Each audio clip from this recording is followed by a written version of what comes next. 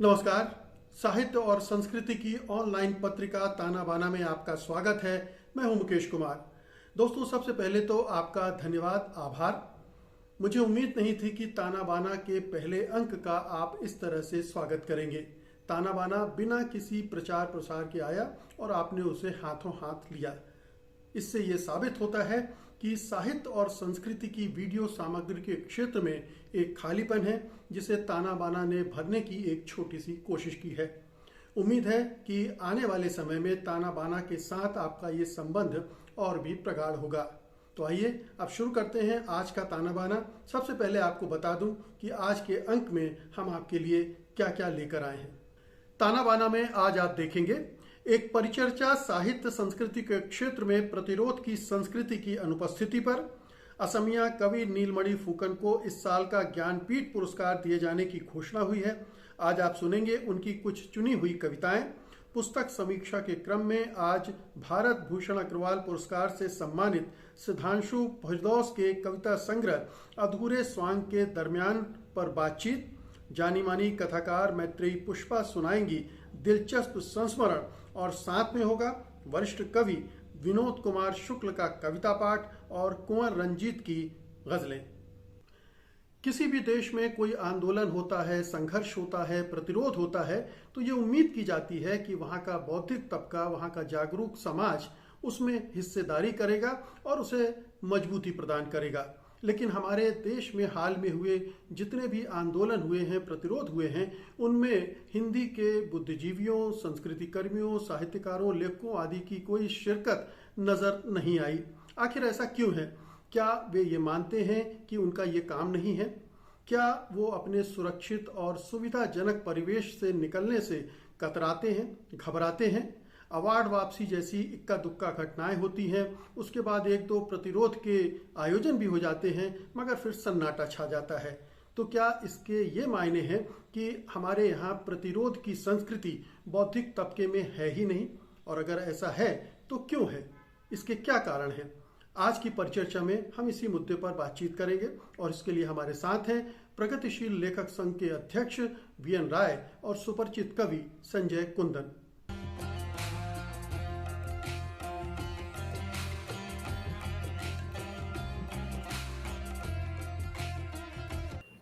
सबसे पहले तो आप दोनों का स्वागत है ताना बाना में। राय साहब, आपसे शुरुआत करते हैं। मेरा पहला सवाल ये है और मैं उम्मीद करता हूं कि पूरी निर्ममता के साथ आप चीर फाड़ करेंगे कि ये जो मनोदशा है हिंदी साहित्य में या पूरे साहित्य जगत में, संस्कृति जगत में, जहां पर हम प्रतिरोध से नहीं जुड़े हुए हैं। कोई भी आंदोलन होता है, कोई भी प्रदर्शन होता है, कोई भी प्रतिरोध की बात आती है, तो हम पाते हैं कि वहां से वहां साहित्यकारों में, लेखकों में, कवियों में और दूसरे कलाकारों में भी एक जिसको बोलते हैं जीरो बटा सन्नाटा छाया रहता है। ऐसा क्यों है? क्या हमारे जो बौद्धिक समाज है, चाहे वो कला जगत से हो, साहित्य जगत से हो, वो सुविधाग्रस्त है, दुविधाग्रस्त है या असुरक्षा के बोझ से पीड़ित है? देखिए, ये बड़ी पुरानी समस्या है। आज़ादी की लड़ाई में एक समय था जब बहुत सारे लोग सक्रिय थे। इलाहाबाद में तो एक पत्रिका ऐसी थी जिसका एक संपादक गिरफ्तार होता था, वो अपना उत्तराधिकारी बना के जाता था, जब वो आता था तो वो भी गिरफ्तार हो जाता, तीसरा चौथा, पूरी एक श्रृंखला है। और प्रेमचंद का आपको पता ही, सौदे वतन जब्त हुई और भी बहुत सारी दिक्कतें आई। तो एक आज़ादी की लड़ाई में कुछ लोग थे जो एक्टिव थे, लेकिन एक बहुत बड़ी संख्या थी जो सक्रिय नहीं थी। मतलब उस सक्रियता को जिसको आप एक्टिविज्म के खाने में ले आए। बहुत सारे लोग सोचते थे कि लेखक का काम लिखना है, उसका सबसे बड़ा एक्टिविज्म लेखन है, और वही आगे भी चलता रहा। जब ये आप हिंदी में आगे चलें, आज़ादी के बाद साठोत्तरी या उसके बाद की जो पीढ़ियाँ थी, वो सब एक खास तरह का प्रतिरोध करती थी सिर्फ अपने लेखन में। लेकिन आज शायद थोड़ा बदलाव आया है।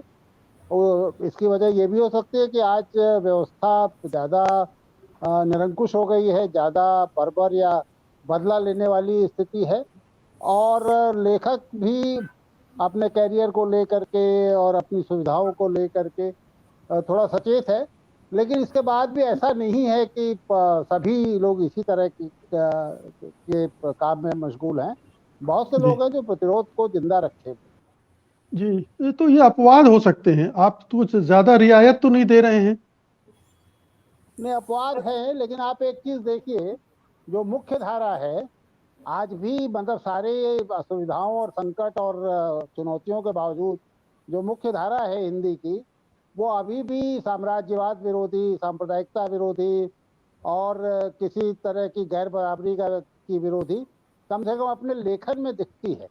ये अलग जी बात है कि वो सड़क पर उतरने में थोड़ा परहेज करते हैं। सही कह रहे हैं। जी, संजय कुंदन जी, आपको क्या लगता है, ये कागज के स्तर पर तो हम लोग टाइगर हैं, लेकिन जब मैदान में उतरने की बात होती है, इतना बड़ा किसान आंदोलन हुआ, इसके पहले सीए के खिलाफ आंदोलन हुआ और तमाम तरह के प्रतिरोध के मोर्चे खुले हुए हैं, लेकिन कहीं पर भी उपस्थिति नहीं दिखाई दे रही है हिंदी साहित्यकारों की, कलाकारों की, संस्कृति जीवियों की।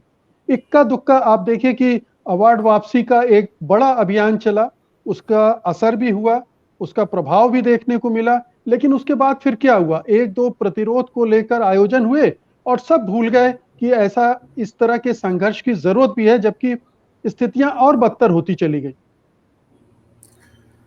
देखिए, इसमें कुछ बुनियादी बातें हैं। एक तो ये है कि जैसा कि मार्क्स ने भी कहा था कि जब-जब पूँजी का जब दबाव बहुत बढ़ जाएगा, जब पूँजी अ, निर्णायक शक्ति पूँजी के हाथ में आ जाएगी, तो संस्कृति कमज़ोर पड़ती जाएगी। ज्यों-ज्यों पूँजी का दबाव बढ़ेगा, मुक्तिबोध ने भी इस बात को कहा है कि बाज़ार के बढ़ने के साथ-साथ क्या होगा कि गंभीर साहित्य संस्कृति के लिए काफ़ी चुनौतियाँ खड़ी हो जाएगी और वो प्राथमिकता नहीं रह जाएगी समाज की।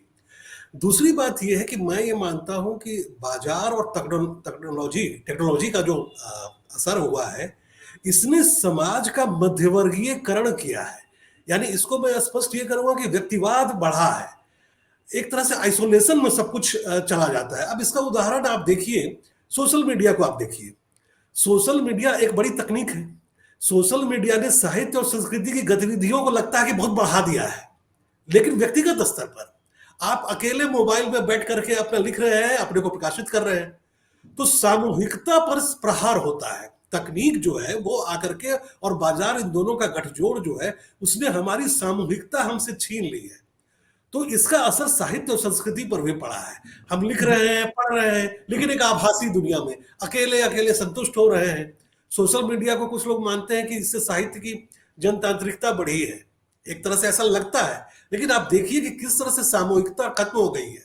हम अपने आप में संतुष्ट हो गए हैं। तो मेरा ये मानना है कि ये बाजार और तकनीक का दबाव है। दूसरी बात यह है कि जब भी लेखकों का प्रतिरोध उन दौर में ज्यादा देखा गया है जब उन्हें सहयोग मिला है राजनीतिक पार्टियों का। एक समय था जब भले ही वो प्रतीकात्मक ही सहयोग क्यों ना हो, वह मनोवैज्ञानिक ही क्यों ना हो, उसका एक महत्व होता है। सोवियत संघ की उपस्थिति लेखकों को बहुत प्रेरित करती थी। संपूर्ण क्रांति के दौर में बाबा नागार्जुन से लेकर रेणु तक सड़क पर उतरते थे, काव्य पाठ करते थे, क्योंकि उन्हें एक आंदोलन का सहयोग मिलता था। आप हिंदी क्षेत्र में देखिए, इस किसान आंदोलन को छोड़ दीजिए, पिछले 2-3 दशकों में बताइए कोई बड़ा जन आंदोलन आपको दिखाई पड़ता है? खुद वामपंथी पार्टियों की क्या स्थिति हो गई है? तो लेखकों का और संस्कृति कर्मियों का आंदोलन या उनकी जो सीधी जो सक्रियता होती है, वो तभी होती है जब उन्हें जन आंदोलन का सहयोग मिले। तो मुझे लगता जी, है ये सारी बातें हैं जिसका तो कुंदन इससे जी, आप ये कहना चाहते हैं कि हमारा लेखक, हमारे साहित्यकार, कलाजीवी जो हैं वो अब बेबस हैं, क्योंकि वो सामूहिकता खो चुके हैं, बाजार का आक्रमण हो चुका है, तकनीक ने उनके बीच में अलगाव पैदा कर दिया है, तो वो चाह कर भी कुछ नहीं कर पा रहे हैं। क्या चाह है उनके अंदर? मुझे तो लगता है कि वो बिल्कुल चाह भी खत्म हो गई। नहीं, मैं ऐसा नहीं मानता हूं कि चाह खत्म हो गई है, क्योंकि लगातार आप देखिए कि किसान आंदोलन के समय अनेक लेखक व्यक्तिगत स्तर पर वहां जा रहे थे।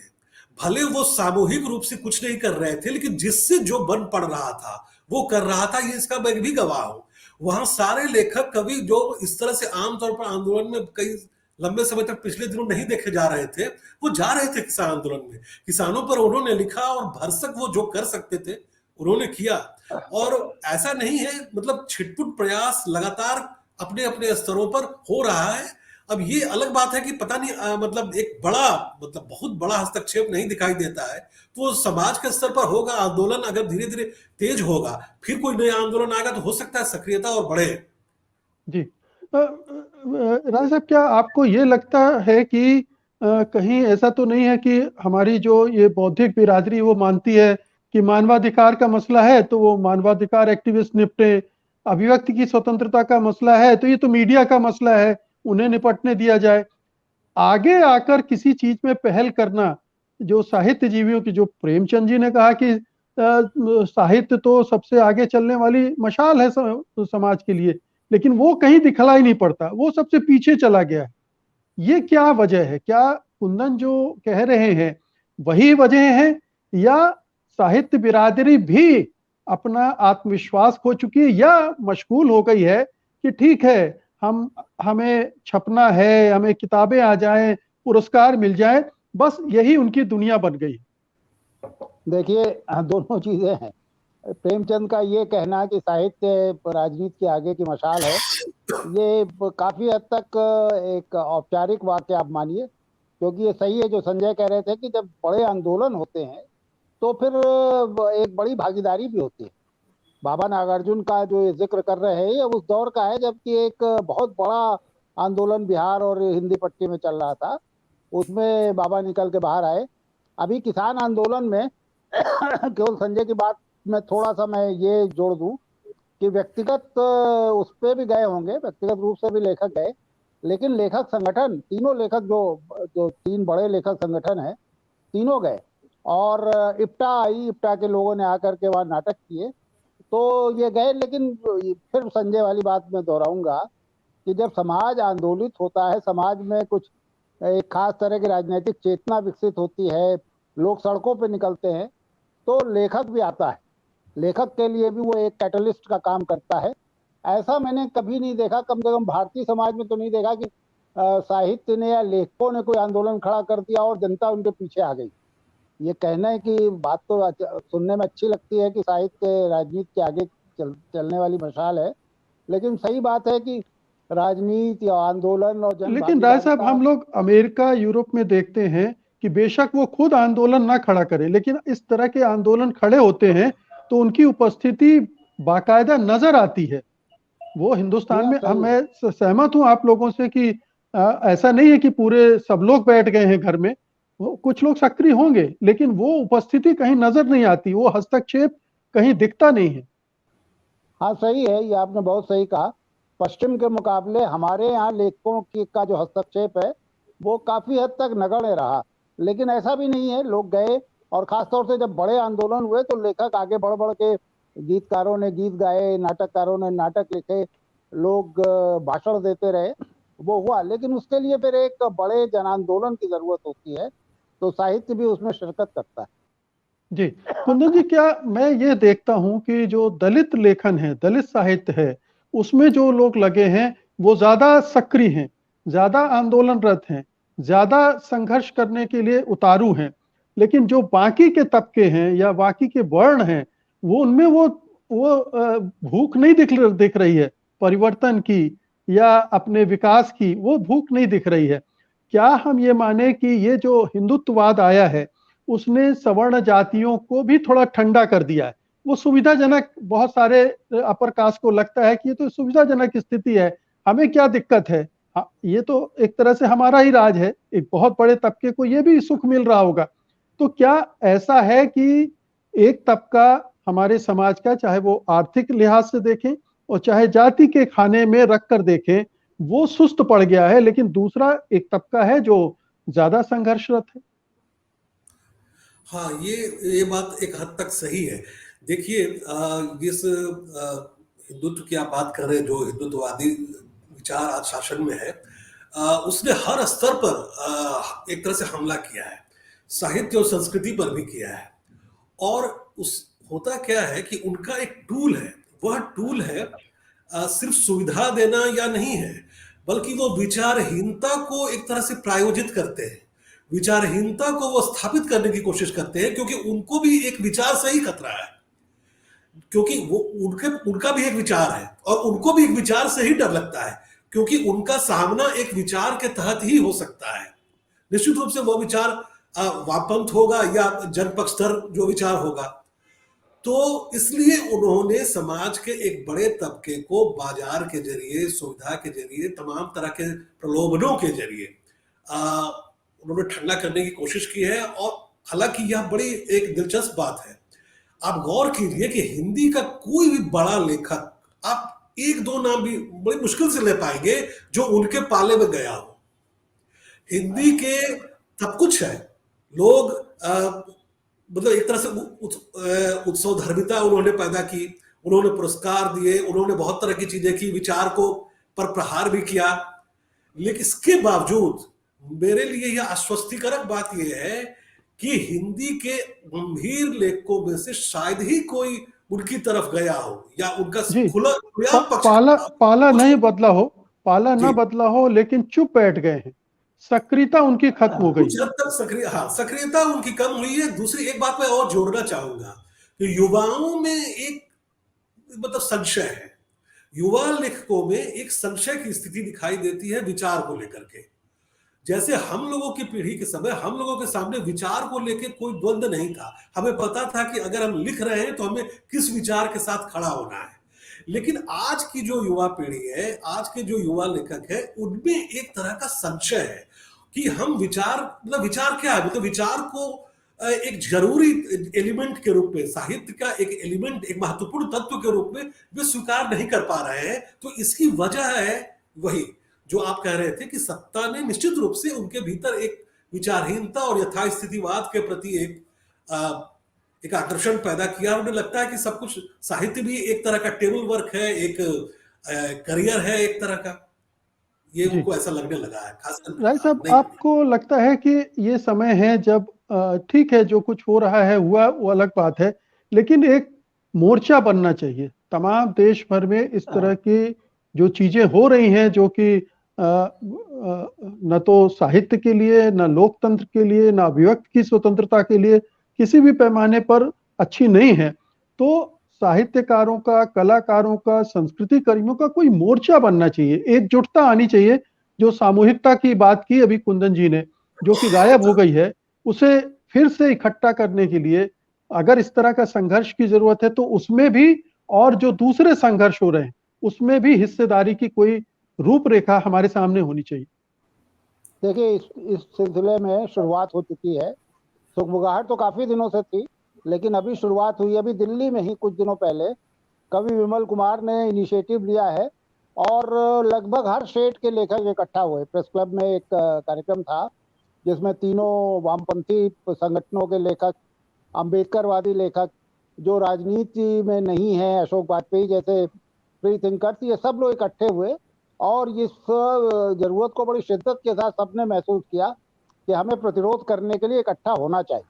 इलाहाबाद में 3 दिन पहले ही एक साझा मोर्चे की बात हुई और 3 लेखक संगठनों के लोग फिर वहां इकट्ठे हुए और ये तय हुआ कि हम एक साझा कार्रवाई करेंगे, हम मिलजुल करके कार्यक्रम बनाएंगे और अपने वैचारिक मतभेदों को अलग किनारे रख करके जो एक बड़ा खतरा है उसमें लेखक को एक एक्टिविस्ट की भूमिका में लाएंगे।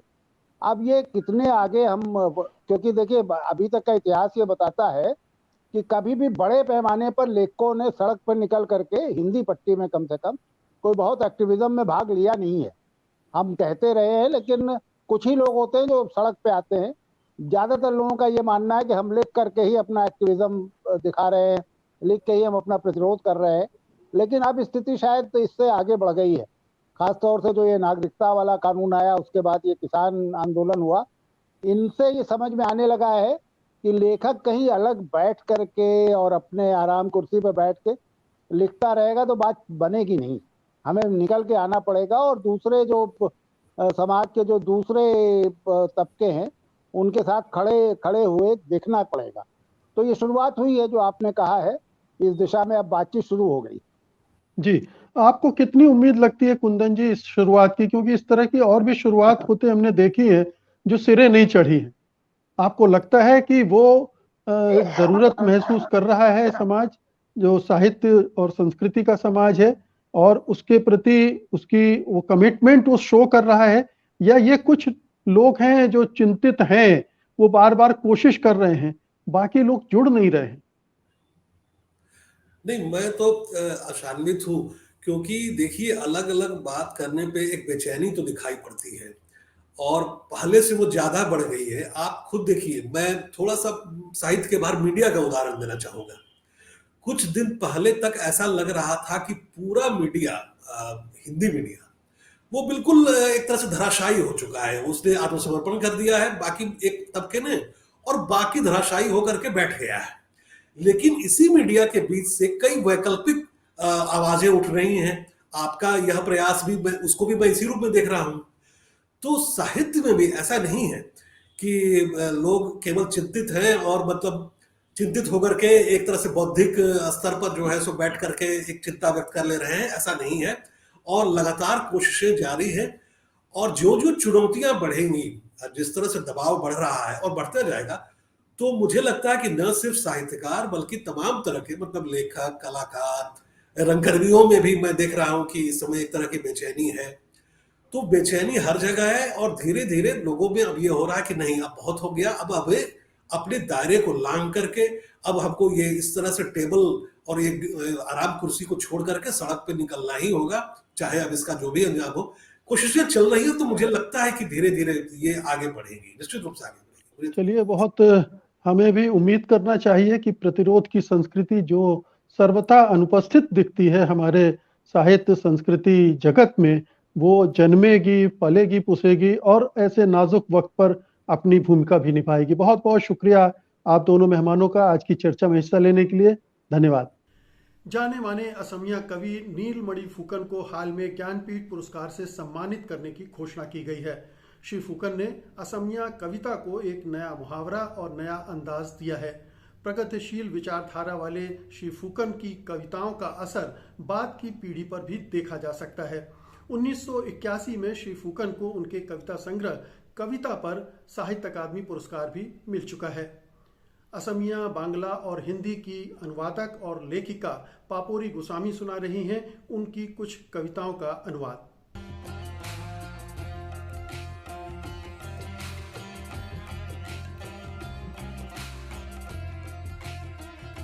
कविता का शीर्षक है एक नील उपलब्धि। उस विस्तृत शिलामय प्रांत में दबा हुआ है सबसे कोमल स्वर में गीत गाने वाला वो आदमी। हरे भरे खेतों के बीच से अपने हाथों को लहराता हुआ वो अब हमारे सर के ऊपर छाया बनने नहीं आएगा। राजहंस बनकर पानी में खेलती हुई परियों से छीनकर अब वो प्रकाश जैसी परम आयु हमारे लिए नहीं लाएगा। गले में फंदे डालकर झूलती हुई औरत की तरह अब उसकी आवाज की स्तब्धता में टुकड़े टुकड़े होकर टूट जाता है एक विशाल अंधकार दर्पण। हम सभी की भावनाओं के प्राणों पर, लोगों से भरपूर कस्बों और शहरों तक बहती हवा के हर झोंके पर सबसे कोमल स्वर में गीत गाने वाला वो आदमी, सबसे कोमल स्वर में गीत गाने वाला वो आदमी। अल सुबह के सपनों की तरह उसकी आवाज, उसके गीतों के हर चांद और सूरज, लाल फलों वाली झाड़ियों का हर पौधा अब हमारे अस्तित्व के अंधेरे गर्भ में एक नील उपलब्धि है। दूसरी कविता है वो शुक्रवार या रविवार था। वो शुक्रवार या रविवार था, हवाओं ने छीन लिया था मुंह के सामने से संतरा। सीने के अंदर महसूस कर रहा था मैं उसे कलेजे पर धक्का देती हुई। सीने के अंदर महसूस कर रहा था मैं जैसे कलेजे पर धक्का देती हुई एक लाल रंग में रंगी हुई नदी रुक गई थी। दरख्तों के सामने कांपता हुआ लटक रहा था, दरख्तों के सामने कांपता हुआ लटक रहा था उस शाम जलकर राख होती हुई आत्मग्लानि। वो शुक्रवार था या रविवार, दर्पणों में प्रतिध्वनित हो रही थी, टूटे हुए तारों की चीखें। अगली कविता है रजस्वला मैदान पार करके तुम। रजस्वला मैदान पार करके शायद अब तुम बहुत दूर पहुंच गई हो।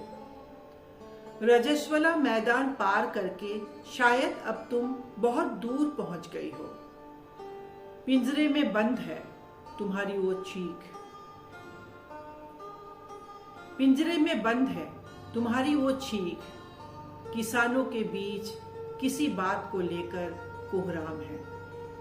और अभी अभी जैसे कुछ घट गया, और अभी अभी जैसे कुछ घट गया, खिले हुए गुलाब के फूलों में चकित करने वाली निस्तब्धता है। क्या कोई जवाब मिला तुम्हें? यह अगली कविता का शीर्षक है, क्या कोई जवाब मिला तुम्हें? क्या कोई जवाब मिला तुम्हें? क्या कोई जवाब मिला? अपने ही खून में खुद को तैरता हुआ क्या देख पाए? ये भी है एक तरह से चरम अनुभवों का क्रूर उद्दीपन। जीवन के साथ जीवन का अप्रत्याशित भयानक रक्त रंजित साक्षात्कार। जीवन के साथ जीवन का अप्रत्याशित भयानक रक्त रंजित साक्षात्कार। क्या वापस पाया खुद को? क्या वापस पाया खुद को? तुम्हारी पास, तुम्हारी प्यास, तुम्हारा शोक। डरे हुए भूखे अनाथ बच्चों की आंसू भरी आंखों को क्या कोई जवाब दे पाए तुम? क्या कोई जवाब दे पाए तुम? क्या अपने खून में खुद को तैरता हुआ देखा तुमने? क्या अपने खून में खुद को तैरता हुआ देखा तुमने? बहुत समय बीता, बहुत समय। हे परितृप्त मानव, धन्यवाद। पुस्तक समीक्षा के क्रम में आज हम बात करेंगे सुधांशु फिरदौस के कविता संग्रह अधूरे स्वांगों के दरमियान की। सुधांशु फिरदौस ने अपने इस पहले कविता संग्रह से ही अपनी विशिष्ट पहचान गढ़ी है और इसकी वजह है प्रकृति के साथ उनकी निकटता, उनकी भाषा और कहने का विशिष्ट अंदाज। प्रतीक्षा, धैर्य, स्वप्न, इन सब के नए रंग और बिंब आप उनकी कविताओं में देख सकते हैं। जाने माने समालोचक प्रोफेसर अपूर्वानंद हमारे साथ हैं, तो आइए उनसे इस कविता संग्रह पर बात करते हैं।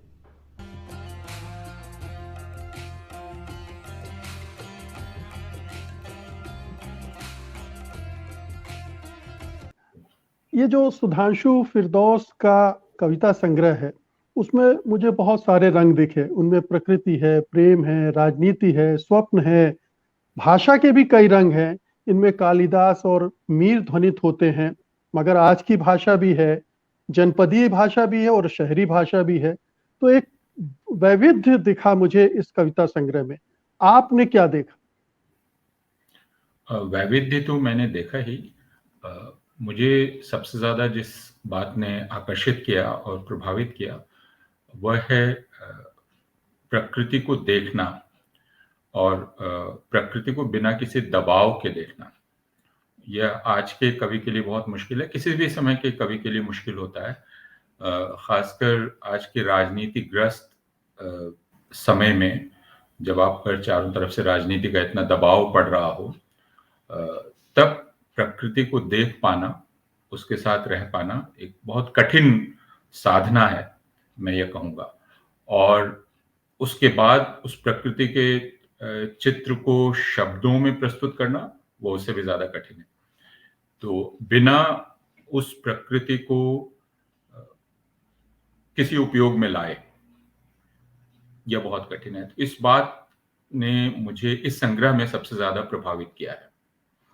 जी अपूर्वानंद जी, जब मैंने इस संग्रह को पढ़ना शुरू किया तो मुझे थोड़ी सी निराशा हुई।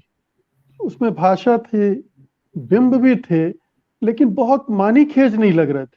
लेकिन जैसे जैसे मैं आगे बढ़ा और दूसरी कविताएं पढ़ी और अंत तक जाते जाते फिर मुझे लगा नहीं, इसे पूरे एक समग्रता में अगर आप नहीं देखेंगे, नहीं पढ़ेंगे तो शायद आपको ठीक ढंग से समझ में नहीं आएगा कि कवि की अपनी सामर्थ्य क्या है, कवि ने इस संग्रह में क्या किया है। आपका तजुर्बा क्या? हाँ, अक्सर कविता जब हम पढ़ना शुरू करते हैं, और जैसा मैंने कहा कि हमें ये स्वीकार करना चाहिए कि साहित्य में और कविता पढ़ते समय हमारा पूरा स्वभाव एक अपेक्षा से भरा हुआ स्वभाव है।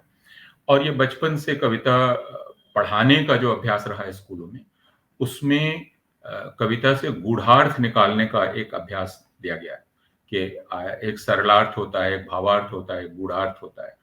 तो हम शुरू से ही कोई गहरी बात, कोई बड़ी बात, इसकी अपेक्षा कविता से करने लगते हैं, और वो जब नहीं मिलती है तो निराश होने लगते हैं। कोई बड़ा अभिप्राय तथाकथित वो अगर हमें नहीं मिलता है, और अगर हमें लगता है कि अगर कोई प्रकृति का चित्र प्रस्तुत कर रहा है तो इसे बड़ी चीज का प्रतीक होना चाहिए, और अगर वो प्रतीक में नहीं बदल रहा है तो फिर हम निराश हो जाते हैं। सिर्फ प्रकृति से क्या, सिर्फ प्रेम से क्या, सिर्फ उल्लास के चित्रों से क्या। तो यह एक कठिनाई है। लेकिन मैंने जैसा कहा कि शुरू से जब मैंने संग्रह को पढ़ना शुरू किया, और कई महीने पहले मैंने यह संग्रह पढ़ा था, और मैं बहुत आश्चर्यचकित हुआ कि प्रकृति को इतने ध्यान से देखकर और सिर्फ प्रकृति का अंकन किया जा सकता है। तो अगर आप इजाजत देंगे तो मैं एक आध जी प्लीज पढ़कर आपको बतला सकता हूं। जैसे पहली ही कविता है, जनपद में अभी अभी थमी है बारिश। इस कविता को आप देखिए।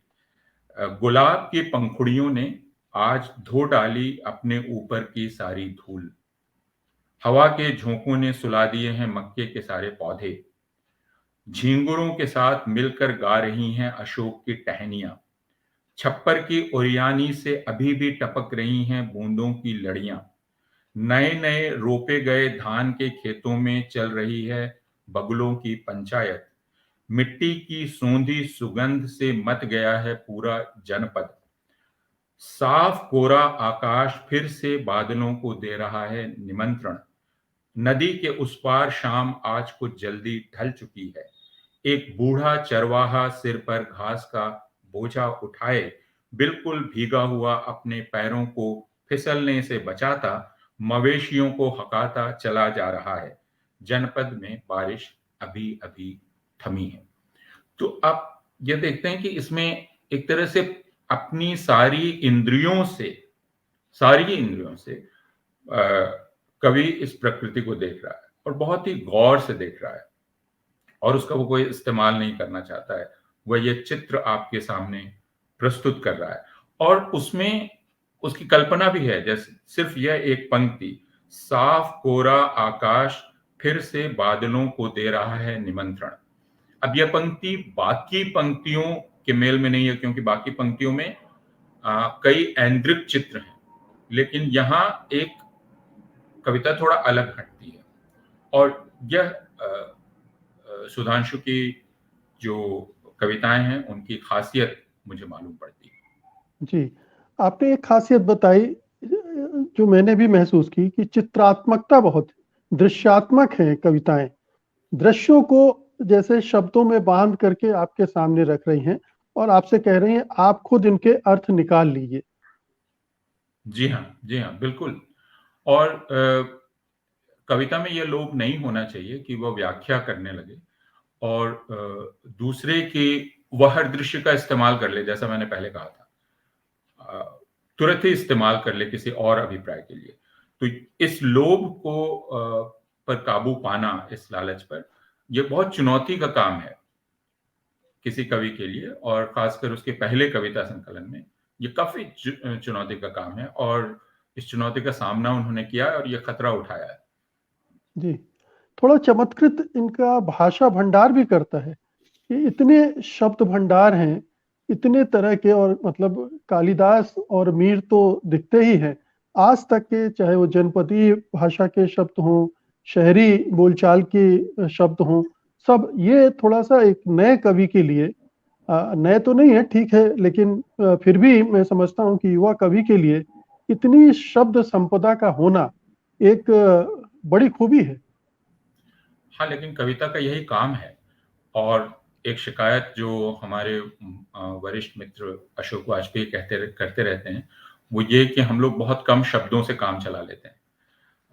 जबकि आप मैथिली शरण गुप्त को अगर आप पढ़ेंगे, निराला, महादेवी, किसी को भी, बड़े कवि को, तो आपको अनेक नए शब्दों से मुलाकात होगी। मैं कठिन शब्द नहीं कह रहा हूँ, नए शब्दों से मुलाकात होगी।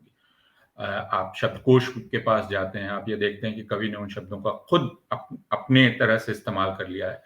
तो कवि का एक काम यह भी है कि वह हमारी अभिव्यक्ति क्षमता में वृद्धि करे, और क्योंकि हम कई बार अटक जाते हैं, कई बार किसी चीज को कैसे व्यक्त किया जाए नहीं बतला पाते हैं, और तब हम शेक्सपियर के पास जाते हैं या निराला के पास जाते हैं या मीरा के पास जाते हैं या महादेवी के पास जाते हैं। तो कवि स्वयं सिर्फ शब्दों का मामला नहीं है, कवि को एक नई भाषा हमेशा गढ़नी होती है, जिससे हम अपने मन के यथार्थ का और बाहरी यथार्थ का भी वर्णन कर सकें।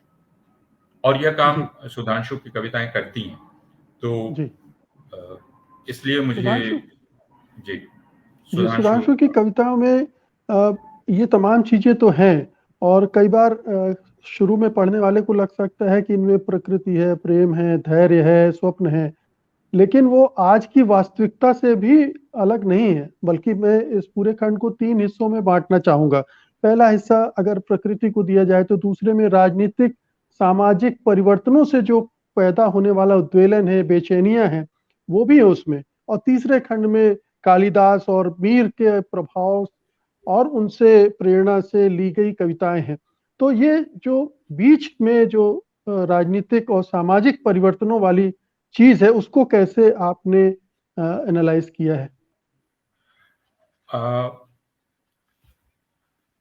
मेरी इस संग्रह को पढ़ते समय मुझे यह लगा कि जो समकालीन राजनीति है, वह सबसे बड़ी चुनौती है इस कवि के लिए, और अभी भी उससे जूझना बाकी है। सारी क्षमता है कवि के पास, उससे जूझना बाकी है, क्योंकि आप उसे कैसे व्यक्त करें, यानी कविता के भीतर ही उसे कैसे अर्जित करें।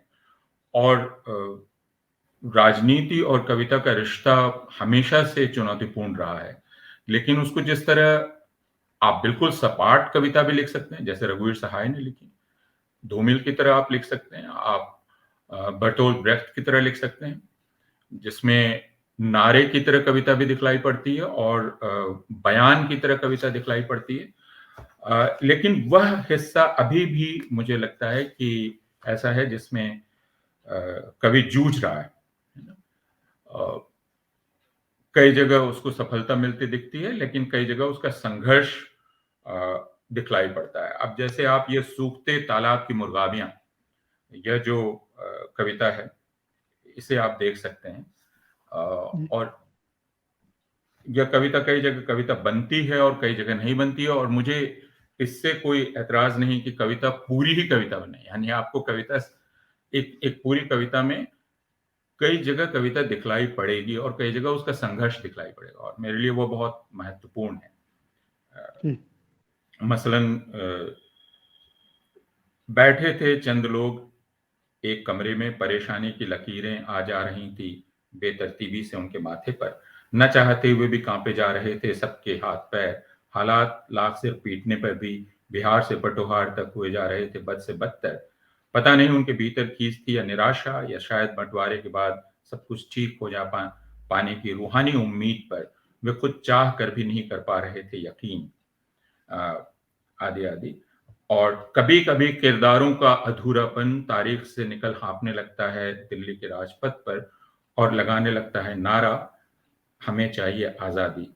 तो कविता थोड़ी, ये 112 पृष्ठ है, सूखते तालाब की मुर्गाबियां। तो कविता थोड़ी अस्फुट सी है, लेकिन इसकी दिशा आपको दिखलाई पड़ती है। या उसके दूसरे खंड में उन्हें आजादी थी चुनने की अपनी सहूलियत से अपने अपने मुल्क, जिसका इश्तहार आज भी आजादी के नाम पर ही होता है हर अगस्त। लेकिन हम कितने आजाद हैं इसके लिए बस्तर या बारामूला की नजीर की जरूरत नहीं। संसद मार्ग के इर्द गिर्द किसी जुलूस पर पुलिस की चलती हुई बेझिझक लाठियों को देख बहुत आसानी से हो जाती है इसकी शनाख्त वगैरह। जी तो ये जो जी आप राजनीति, जी आप कुछ कह जी रहे थे। जी, चूंकि समय सीमित है इसलिए मैं भी एक छोटी सी कविता जो इस पूरे कविता संग्रह को प्रतिबिंबित भी करती है उसके अंश में सुना देना चाहता हूं।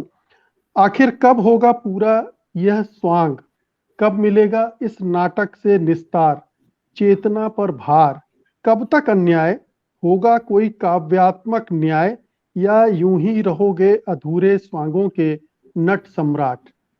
तो ये मौजूदा राजनीति और नेतृत्व पर भी मुझे एक टिप्पणी दिख रही है। जो स्वांग हमारे चारों तरफ चल रहा है उसको उन्होंने इस कविता में मेरे ख्याल से दिखाने की कोशिश की है। लेकिन एक अंतिम छोटी सी टिप्पणी हमारे दर्शकों के लिए आपकी तरफ से, ये कविता संग्रह उन्हें क्यों पढ़ना चाहिए? यह कविता संग्रह हम सबको इसलिए पढ़ना चाहिए कि इसमें आप देख सकते हैं कि कवि अपनी भाषा कैसे हासिल करता है और खुद कितना सजग है। मसलन एक बहुत छोटी सी कविता है नकार। किसी भी कवि का काम होता है एक नई संवेदना की संरचना प्रस्तुत करना लोगों के लिए। तो प्रेम हो या क्रोध हो या घृणा हो, ये सारे भाव ऐसे हैं जो हर काल में रहे हैं, लेकिन हर काल में कवि को उसकी नई संरचना प्रस्तुत करनी है।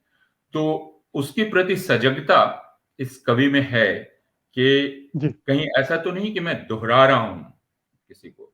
नकार शीर्षक है यह कविता। जब मैंने उससे कहा तुम बहुत सुंदर हो और मैं तुमसे प्यार करता हूं, मुझे अपने आप से नफरत सी होने लगी। प्यार के अपने नजरिए में भी मैं अपने पूर्वजों का कितना गुलाम हूं। तो बिल्कुल।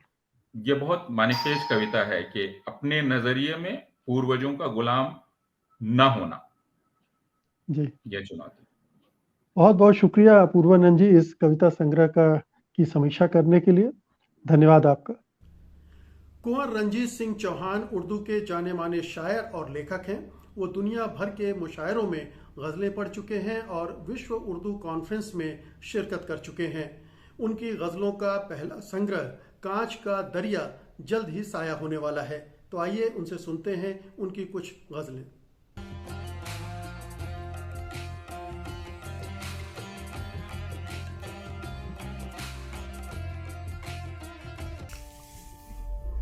नाजरीन, गज़ल के चंद अशार।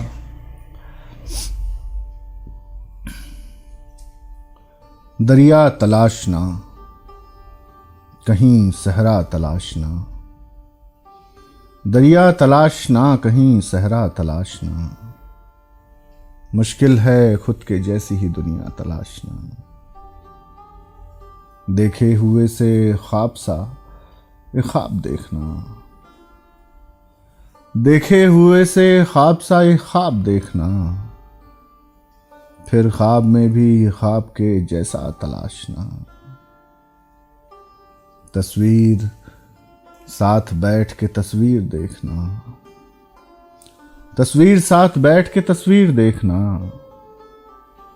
तस्वीर देखने का सलीका तलाशना, तस्वीर देखने का सलीका तलाशना। रंजीत भाई, आपका खोना कमाल है, उस पे कमाल आपके जैसा तलाशना। रंजीत भाई, आपका खोना कमाल है, उस पे कमाल आपके जैसा तलाशना। ये गज़ल कि जब उमड़ते हो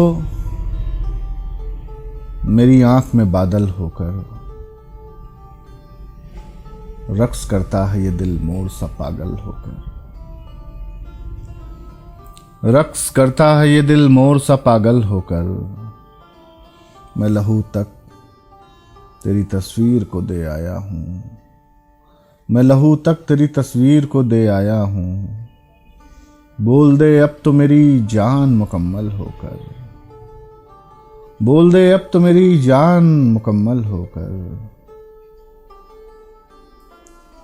तेरी तस्वीर को देखे तो गुजरता है ये दिन, रात होती है तेरी आंख का काजल होकर।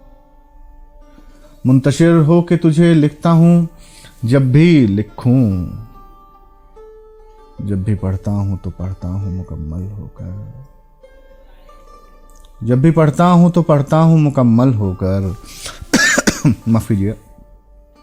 ये नए लोग जिन्हें इश्क का दावा है बहुत, ये नए लोग जिन्हें इश्क का दावा है बहुत, कोई दिखलाए तो रंजीत सा पागल होकर।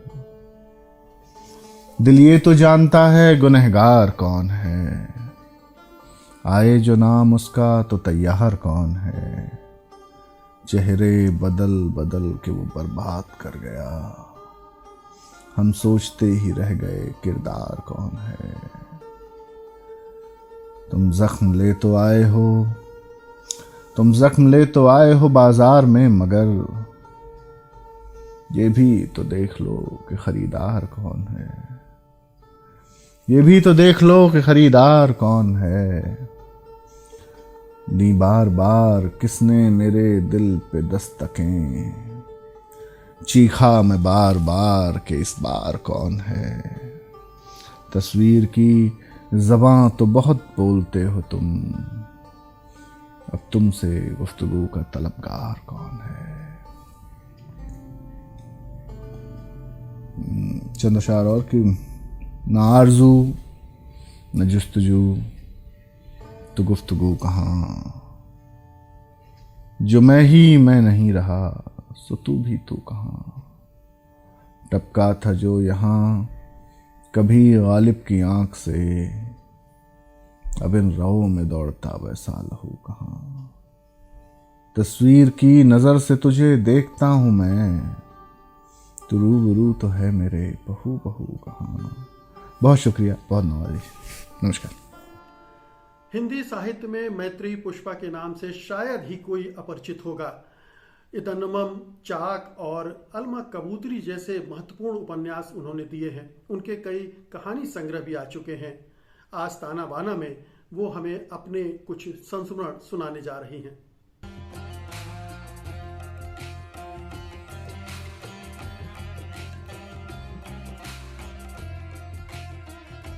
एक कथाकार के तौर पर और एक टिप्पणीकार के तौर पर भी आप 4 दशकों से ज्यादा समय से सक्रिय हैं। इसमें बहुत सारे आपके खट्टे मीठे अनुभव रहे होंगे, तो हमारे दर्शकों को आज क्या अनुभव आप सुनाएंगी, क्या शेयर करेंगी उनके साथ? समय कम है, नहीं तो सुनाने को बहुत था। सबसे पहले मैं बोलूँगी कि जिसको लिखने का एक चाव होता है या लिखने की लगन होती है, दोनों जब मिलते हैं तो लिखना शुरू होता है। तो साथ ही साथ छपने का भी एक इच्छा होती है कि हमने जो लिखा है वो लोग पढ़ें। ये इसी इच्छा ने मुझे प्रेरित किया कि मैं अपनी रचना साप्ताहिक हिंदुस्तान को भेजूं। उन दिनों में साप्ताहिक हिंदुस्तान बहुत पढ़ती थी, तो मैंने भेज दी। खैर वो नहीं छपी, रिजेक्ट हो गई। तो फिर मैं खुद ही चली गई कहानी लेके, और वहाँ मुझे एक साहब मिले जो तुम सब जानते हो, हिमांशु जोशी। किसने कहा कहानी का वही करते हैं, तो मैंने उनको दे दी कहानी। कहानी छपी या न छपी, उसके पहले का ये जो हम स्त्रियों के लिए ये कुछ अभिशाप हैं, वो कभी पीछा नहीं छोड़ते। तो जो संपादक महोदय थे, सह संपादक थे जो भी है, वो बजाय कोई डिस्कस करने के चाय का न्योता देते थे। चाय पीनी है उनके साथ, और ये नहीं कि हमने कहा कि अच्छा मंगा लीजिए चाय, नहीं नहीं, कहीं रेस्टोरेंट में, कहीं होटल में। मैंने कहा होटल में तो मैं कैसे जाऊंगी, नहीं नहीं चलिए चलिए हैं। मैं टालती रही, वो मानते ही नहीं थे। तो मेरी एक सहेली है, मुस्लिम है, शायद तुमने नाम सुना, निशात फारूक, एडल्ट एजुकेशन की डायरेक्टर हैं। उन्होंने कहा कि चली तो जाओ, तुम्हारा क्या करेगा वो है। तो मैंने कहा वो कहता है चाय पियो साथ में, क्या करूं, घर में भी परेशानी हो जाएगी। तो कहा नहीं चली जाओ, कहानी तो छप जाएगी, और ऐसे बैठना जहाँ 10-15 लोग बैठे हों, वो तुम्हारा क्या करेगा फिर। तो मैं चली गई, और जहाँ 10-15 लोग बैठे थे वो जनपद की लॉबी थी, कॉफ़ी शॉप, वहाँ बैठी, चाय भी पियाई। उन्होंने उस चाय पीने के बदले मेरी कहानी छापी, या कहानी में दम था ये तो मैं कुछ नहीं कह सकती, लेकिन हाँ उन्होंने मेरी कहानी छापी। मैं आज भी शुक्रगुजार हूँ कि उन्होंने मुझे साहित्य के उस पर प्रवेश दिलाया, मैंने ऐसे सोचा। खैर कहानी छप गई। एक तो ये अनुभव है। ये कौन थे सज्जन, ये नाम बताना हिमांशु, चाहेंगे आप? हाँ बिल्कुल बताऊंगी, हिमांशु जोशी थे। ओह जी। हिमांशु, हाँ हिमांशु जोशी थे। उनकी कथाएं बहुत प्रचलित थी, पर मुझे वो जो किसी किसी की सूरत भी बड़ी शालीन होती है, तो मुझे लगते थे नहीं ऐसा नहीं है, क्यों कहते हैं लोग ऐसा। लेकिन चाय से आगे ना मैं बढ़ी, फिर ना वो बढ़ पाए। सीधी सी बात है। तो मैंने सोचा यहाँ काम चलेगा नहीं मेरा। मैं चाय पे कब तक आती रहूंगी, कब तक बुलाते, डॉक्टर साहब भी नाराज हो जाएंगे मेरे पति। तो फिर मैं राजेंद्र यादव से मिली थी। तो मैं यहाँ कहना चाहती हूँ मुकेश, कि राजेंद्र यादव ने कभी मुझे चाय वाय का न्योता ना दिया ना लिया। हाँ, और कहानी देखी, और कहानी रिजेक्ट की, ये नहीं चलेंगी। फिर मैंने और लिखी, फिर और लिखी, फिर और लिखी, मतलब एक जैसे मुझे भी जिद और उन्हें भी जिद। लेकिन कहानी छठी लिखी जब वो छप गई, वो छप गई, तो मुझे लगा कि ये आदमी, किसी से कहूँ कि राजेंद्र यादव, तो सब लोग कहें अरे वो तो बड़ा बदनाम है और औरतों को लेके। मैंने कहा मुझे तो लगा नहीं, उस आदमी ने ना कभी चाय पी ना पिलाई, और वो तो कहानी की आग्रह मुझसे करता रहता है। तो छप गई वहाँ, तो फिर एक सिलसिला चला और एक समझ भी बढ़ी। मैं यहाँ पे ये बात जोड़ना चाहती हूँ कि कहानी लिखने की समझ बढ़ी, क्योंकि उन्होंने मुझसे कहा कि ये किताबें पढ़ो, वो कहानी पढ़ो, ये पढ़ो, ये मुझे बताया। तो मैंने पढ़ा और मैंने लिखने की कोशिश की। तो ये कहानियाँ जो आई, गोमा हस्ती है बड़ी चर्चित हुई थी, और भी कहानियाँ आई, तो वो जो है लेकिन दुर्भाग्य ये है कि सबसे ज्यादा चर्चे आपके राजेंद्र यादव के साथ साहित्य जगत में फैले, तरह तरह की बातें बनाई गई, किस्से बनाए गए। और आपका अनुभव बिल्कुल विपरीत था। देखो मुकेश, हाँ देखो मुकेश, कितना उलट होता है। हमसे कोई पूछता है तो विश्वास नहीं करता, अपने मन से बना लेते हैं किससे, उन पर विश्वास करते हैं।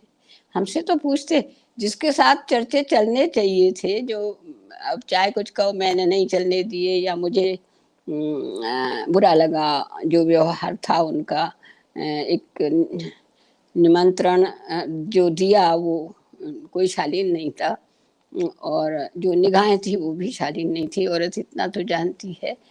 तो शुरू में मैंने देखा कि वो कैसे देख रहे हैं। जब शुरू में मैं गई साहब हिंदुस्तान के दफ्तर गई और मैंने कहानी पकड़ाई कि मैं एक कहानी लाई हूँ, तो मुझे अजीब सा लगा। खैर मैंने कहा मेरा भ्रम हो सकता है, औरतें बहुत शक करती हैं।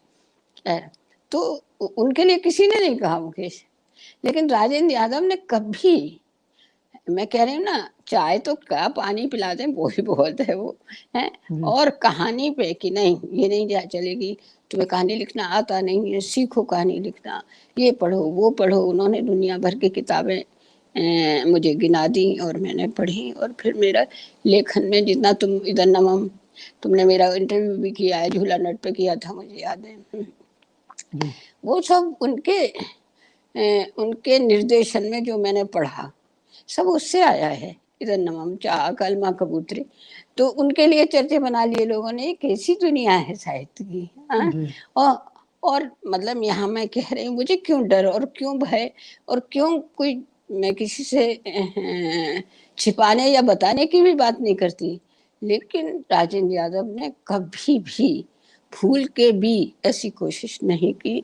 मैं उनके साथ, मैंने ट्रेन में रात में सफ़र किया है, दिन में सफ़र किया है, मैं उनके ऑफिस में गई हूँ, वो मेरे घर आए हैं। और लेकिन एक बात जरूर थी उनकी, वो खुद ही शायद सोचते होंगे मुकेश, ये अंडरलाइन करने वाली बात है कि राजेंद्र यादव जब डॉक्टर साहब नहीं होते थे तो कभी नहीं आते थे घर में, मेरे घर में नहीं आते थे। वो सड़क से लौट जाते थे अपनी गाड़ी लेके। तो मैं कहती थी आइए राजेंद्र जी, बोले डॉक्टर साहब कहाँ हैं? तो मैंने कहा वो गए हुए हैं। तो कहते कभी फिर कभी आएंगे, नहीं आए मुकेश। इन बातों पे कौन विश्वास करेगा? हैं चटपटी कहानियां तो बहुत बना ली, लेकिन मेरे मन की कुछ भी नहीं सुनी। अब बताओ मेरे मन में क्या आता होगा, तुम सोचो। हैं, जिस आदमी ने मुझे एक रास्ता दिखाया और मैं एक शिक्षक के रूप में उसे देखा, और उसी तरह से जैसे एक मास्टर होता है उस तरह से ही वो एक विद्यार्थी की तरह, उन्होंने कहा भी लिखा भी है, तुम तो एक विद्यार्थी की तरह आई थी जो इतनी मेहनत करती थी, मैं सोचता भी नहीं था। तो ये हुआ, इस साहित्य में जी ऐसा होता है। आगे जी क्वेश्चन करो बिल्कुल। तो बताते हैं। जी मैत्री जी, क्वेश्चन करने की तो इसमें कोई गुंजाइश है नहीं, लेकिन हाँ ये जो बता। 2 संस्मरण आपने सुनाए हैं, ये साहित्य की दुनिया को बहुत अच्छे से खोल कर दिखाते हैं कि साहित्य की दुनिया में स्त्रियों के साथ, महिला लेखिकाओं के साथ किस तरह से व्यवहार होता है। और दोनों तरह के लोग हैं, लेकिन साहित्य में जो लोग लगे हुए हैं उनकी रुचि इस तरह की चीज़ों में है, गॉसिप में है, हम्म, चार्ट ढूंढते रहते हैं और रिश्तों में कहीं कहीं इस तरह की चीज़ें ढूंढते रहते हैं जिससे उनको मसाला मिले, आनंद मिले। और बहुत तरह की ईर्ष्या भी होगी आप लोग आपसे, क्योंकि बहुत सारे आपके मैं उपन्यास पढ़ चुका हूँ, वो इतने खूबसूरत उपन्यास हैं। तो जो प्रतिद्वंदिता पूरे साहित्य जगत में होती है उसके भी आपको दंश भुगतने पड़े होंगे। बहरहाल बहुत बहुत शुक्रिया मैत्री जी आज की चर्चा में हिस्सा लेने के लिए। आपने ताना बाना के लिए समय निकाला, बहुत बहुत शुक्रिया आपका। और अब अंत में बहुप्रतिष्ठित कथाकार और कवि विनोद कुमार शुक्ल का कविता पाठ। विनोद कुमार शुक्ल की इन कविताओं का पाठ हमें वरिष्ठ पत्रकार आलोक पुतुल ने उपलब्ध कराया है। उनका बहुत बहुत आभार।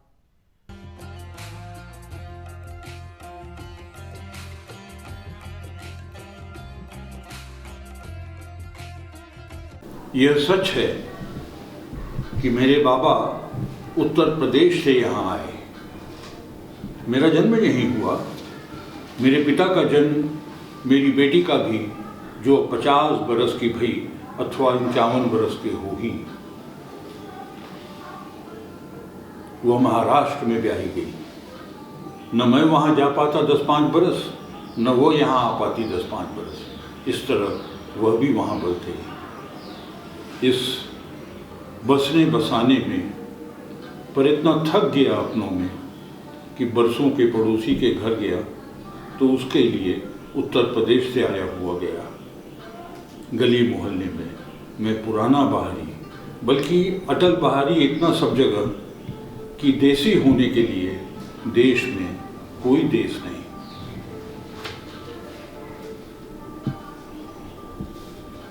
बहुत बढ़िया, ठीक है जी।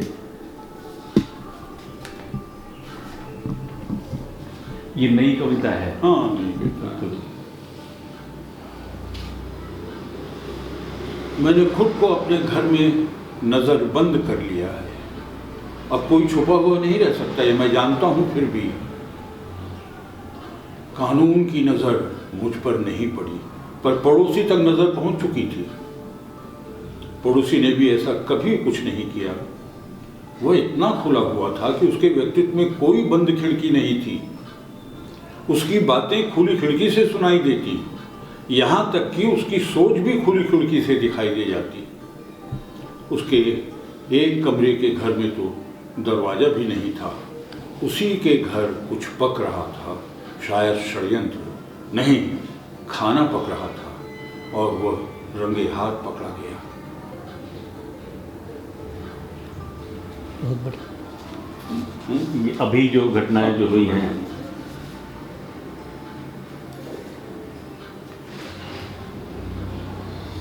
ये कविता मैं सुना रहा हूँ।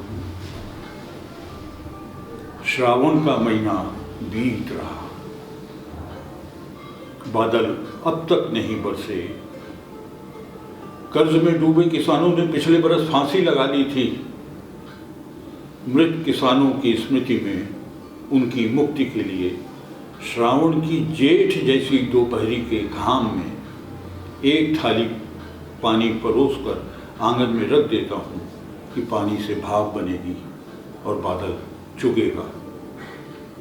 आकाश में एक अकेला बादल, छोटा सा काला बादल, कौवे की तरह दिखता है। पड़ोसी थाली के पास खड़ा होकर उसे आ आ बुलाता हूँ यह मेरी असमर्थता में एक कर्मकांड है, पिंडदान था। ताना बाना की आज की कड़ी में आज बस इतना ही। आज का अंक आपको कैसा लगा हमें ज़रूर बताइएगा। आप चाहें तो अपनी प्रतिक्रियाएं हमें वीडियो फॉर्मेट में भी भेज सकते हैं। हम कोशिश करेंगे कि अपने आने वाले अंकों में उन प्रतिक्रियाओं को शामिल करें। हमारा मेल आईडी है tanabana@sathhindi.com। और अब हमें अनुमति दीजिए, अगले हफ्ते रविवार को रात 9 बजे आपसे फिर मुलाकात होगी। तब तक के लिए नमस्कार। सत्य हिंदी का ऐप डाउनलोड करें गूगल प्ले स्टोर पर।